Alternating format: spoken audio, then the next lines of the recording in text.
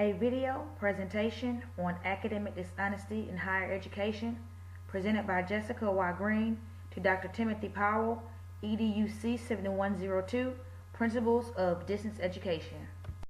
To begin this presentation, I went back to the higher education institution that I received my bachelor's degree to interview current students and inquire about their definitions of academic dishonesty and plagiarism in higher education.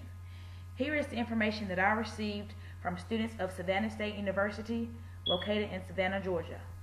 I'm Andrew M., Savannah State sophomore. Plagiarism is basically taking someone else's work without getting proper credit or acknowledgement. I've seen situations where people have actually went online and borrowed information from sites like Wikipedia or other sites and taken information without giving it, and to me that is what is plagiarism in some sense. And I feel like plagiarism is just taking the work from, I guess, something that's not yours and saying that it's yours. Basically, taking credit for somebody else's work. So, that's academic dishonesty or plagiarism. All right, go. My name is Stevenson Hudson. I'm a sophomore at Savannah State. And plagiarism is when you take somebody else's work and don't cite your sources, and you don't cite them and just doing the wrong thing. My name is Tavares. I am a freshman at Savannah State University. And plagiarism is basically copying information that has already been posted or used by some other source. Not cool to do that. Next, I conducted a question and answer session with various former and current higher education students. These are the 4 questions that were asked of the participants. Number 1. How do you define academic dishonesty or plagiarism? Number 2, why do you think higher education students are academically dishonest, or why do they plagiarize? Number 3, what did you or do you do to avoid academic dishonesty as a higher education student? And number 4, what advice can you give to current higher education students to help them avoid academic dishonesty?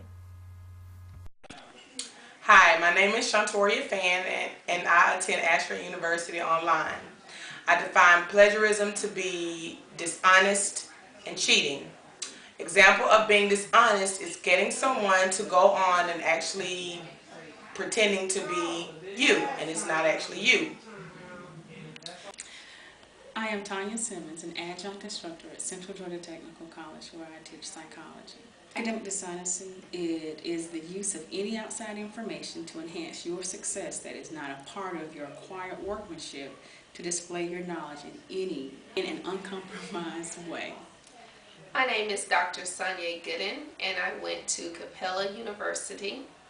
I define academic dishonesty as taking the credit for someone else's work as your own and not giving them the proper recognition for their work. Also, getting others to do things for you in the classroom. Hello, my name is Lynn Hawkins, and I currently attend Nova Southeastern University in Florida. This is how I define academic dishonesty or plagiarism. Taking what is not yours and making it yours, even though it's not yours. You take somebody else's stuff and you claim it as your own. The end. Ultimately, students cheat because they're lazy.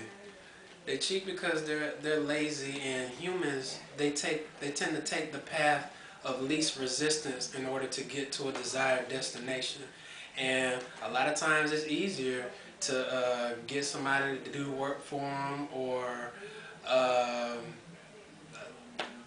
they got other issues. Maybe there's kids involved. Maybe there's other social stressors that they may have to be dealing with that are more pressing at the particular time. But ultimately, what it all boils down to, you have to account for all those different things. You still have life. You're still going to have stuff that happens to you, but there's still stuff that you have to take care of regarding your academics. You have to think about that before you decide to go to school in the first place. So in a nutshell, I would say they're just lazy. Hi, I'm Timothy Dees. I attend Nova Southeastern University. I think a lot of the academic dishonesty comes from the pressure that students feel or the overwhelming feeling that they feel from the workload that they have in the different courses, which I think causes them to seek other means to do things the quick way and the easy way. Action. Why are they academically dishonest? And I'm going to tell you. Because they think it's easy. Because it's so easy to claim what somebody else is. It's copy paste. You take what somebody else did and you make it your own, and you don't have to think about it. You just use what everybody else has already done, and boom chakalaka. You're finished with the project before you even got started. The end. I avoided plagiarism while I was in school by adhering very strictly to making sure that whatever information I got, I documented it correctly. I've just heard a bunch of bad things about plagiarism, and it wasn't so much that I was a good person. It's just that, like, in my life, it seems like if I got caught doing something bad, I would always be the one who was made an example of. So that pretty much it made sure I tried to dot every single I, cross every T, make sure that if it even looked like something from something that a teacher might see, that I documented it. So if anything, I probably over-documented. When it comes to advice that I could give higher education students to avoid academic dishonesty or plagiarism, I would say just the satisfaction of knowing that when you finish a piece or when you finish work, that it's your own work, and the satisfaction that you feel at the end of the day, at the end of the course, that wow, I did this on my own and I gave credit to where credit was due. Also, I would say advice is just the learning process within itself. I mean, when you do something yourself, you kind of know, you have a guide, a range of how it should be done. The way to avoid plagiarism in school is to give yourself ample enough time to do your homework. Complete the necessary research that you need in order to answer your assignment questions or your discussion questions. If you are not organized, then you'll find yourself rushed for time and be put in a situation where you may want to copy someone else's work. So the best way to avoid plagiarism is to give yourself ample enough time to complete your assignments. As stated on this slide, academic dishonesty equals academic misconduct of any type and takes the form of plagiarism, which can include copying and pasting, and cheating as the most common forms. Other forms of academic dishonesty include bribery, fabrication or deception, and fraud. As listed, plagiarism and cheating are two of the most common forms of academic dishonesty. Plagiarism is defined as the act of presenting another's work or ideas as your own, while cheating is defined as any deceitful or fraudulent attempt to evade rules, standards, practices, customs, mores, and norms to gain an unfair advantage or to protect someone who has done so. This information has been taken from L. Jones's 2011 article entitled Academic Integrity and Academic Dishonesty, a handbook about cheating and plagiarism. Examples of cheating in higher education include copying from another student's exam, taking an exam for another student, purchasing term papers and turning them in as your own work, copying material without proper citations, submitting the same paper from one class to another class, writing papers for other students, and hiring a ghostwriter, just to name a few. Next, I will show you a very short video clip entitled A College Cheating. From the various video clips in this presentation, we have a proper definition of academic dishonesty in the forms of plagiarism and cheating. Additionally, we are able to identify some reasons why students cheat. These reasons are including but not limited to a lack of preparation, them not managing their time well, them not feeling sufficiently prepared, them not being familiar with the content as they need to be, and them simply being lazy, wanting the reward without the work. In her article entitled Academic Integrity and Academic Dishonesty, a handbook about cheating and plagiarism. Jones lists ways to spot academic dishonesty among online higher education students. Students using or turning in a paper or online assignment from a previous year, a previous section, or from a previous course. Students writing a paper in a distinctive different style. Students using the same or similar passages that coincidentally another student used in a paper or an online assignment previously. Students submitting online discussion forums or message board postings on the same topics and using the same sources as another classmate. And students including inaccurate or misspelled web addresses or hyperlink citations. Again, these are ways that Jones have identified students to plagiarize in online education.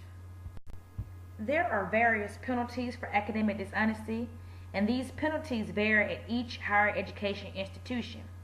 According to Jones in her 2011 article, the penalties range from receiving an F on an assignment or an activity or an exam to receiving an F in the course. And again, this is depending on the severity of the infraction.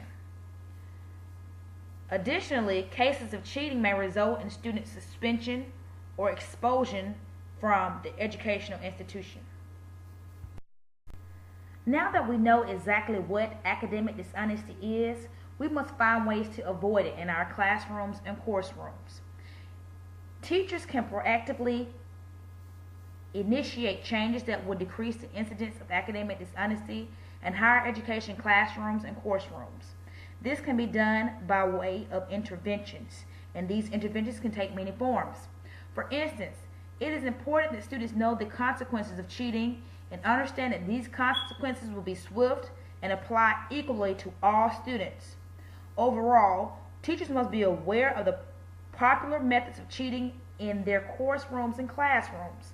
They must be prepared to confront the cheater and dispense the promised consequences. This information was taken from Satterlee's 2002 article entitled Academic Dishonesty Among Students, Consequences and Interventions.